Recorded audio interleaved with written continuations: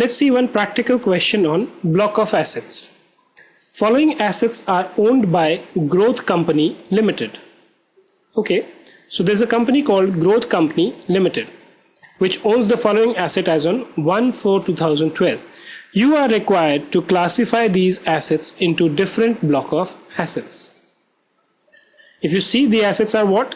There are buildings, various categories, okay, A, B, C, D, 1, 2. These might be just different blocks. Then you have plant and machinery and furniture and fixture. The written down value is given, the rates of depreciation are given. Before I club this, let me ask you one thing. What is a block of asset? If you go back to your notes, if you go back to the previous videos that you have seen, a block of asset is an asset. It's actually a class of asset which falls within a group of assets in respect of which same percentage of depreciation is prescribed. Right? So if you see, what are the assets? Assets are building, plant and machinery, furniture and fixture. Right? So if you see class wise, there are three classes here. One is building, one is plant and machinery, one is furniture and fixture. Right?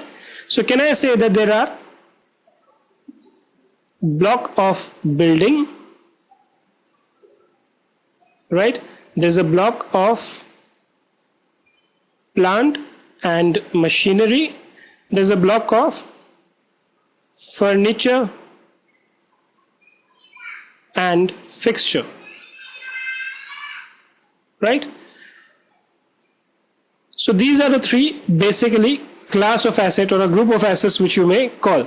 But within these group of assets, you need to sub-classify those buildings which have same percentage of depreciation prescribed. But within this block, you need to kind of just put in together a sub-block wherein same percentage of depreciation is prescribed. Now if you look here, within building we see that some building have depreciation of 5%, some have 10% and some have 100%. Right? So building by itself is not one single block. There are three separate groups within the building. Why? There's a group which is entitled to 100% depreciation. There's a group which is entitled to 5% depreciation. There's a group which is entitled to 10% depreciation. Right? So within building we say block. Okay, let me use a different color maybe. Block 10% depreciation. So it is building A1. This has 10% depreciation. What is the value? 3,40,000.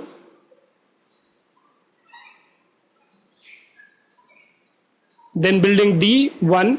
Building D1. Again it has 10% depreciation. So 2,50,000. And then building A2, B2, they also have 10%. A2, B2, what's the value? 90,000, 1,05,000.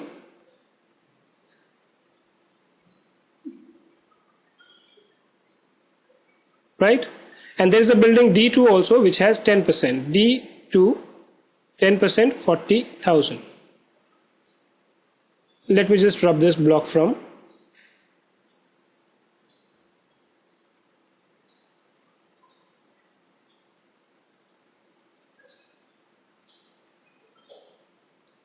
So if I do the total of this, I get 340 plus 250 is 590 plus 90, 680, 720, 825. Right?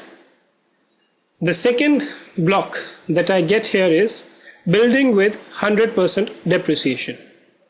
So block 100% depreciation. This is 3,60,000 and this is in respect of B1. There's no other building which is entitled to this depreciation rate, so 3,60,000 is the total. Then we have block of building with 5% depreciation. I will also just remove this because first let's complete the building piece. So 5% is C1, 3,40,000. Then C2, 60,000. Now what have I done here? I have done nothing. I have just found out how many buildings are there, and within buildings I found out which are the ones which have same rate of depreciation prescribed. I've just clubbed them together, right? So this was 10%, this was 100%, this was 5%. So we get how much? 4 lakh over here, right? Now within the second block, which is, now we are done with all the buildings, right? Within the second one, if I may just kind of remove this to create some additional space.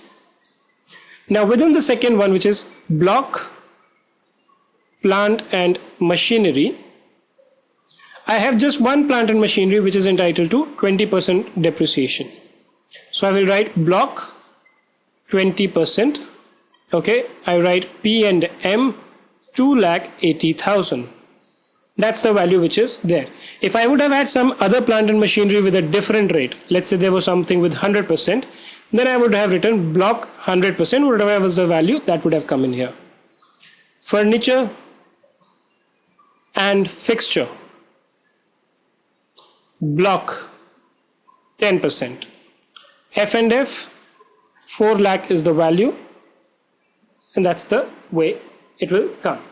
Now what is the significance of this? The significance of this is, as I have calculated this value, now I will apply 20% depreciation on this value.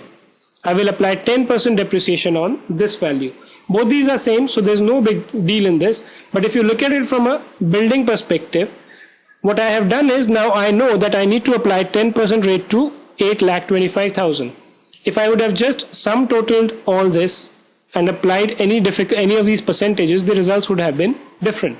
Now what I do is, I apply 10% to this, I apply 100% to this, and apply 5% to this. So that helps me in calculating the depreciation precisely, right? With that we come to an end of this question.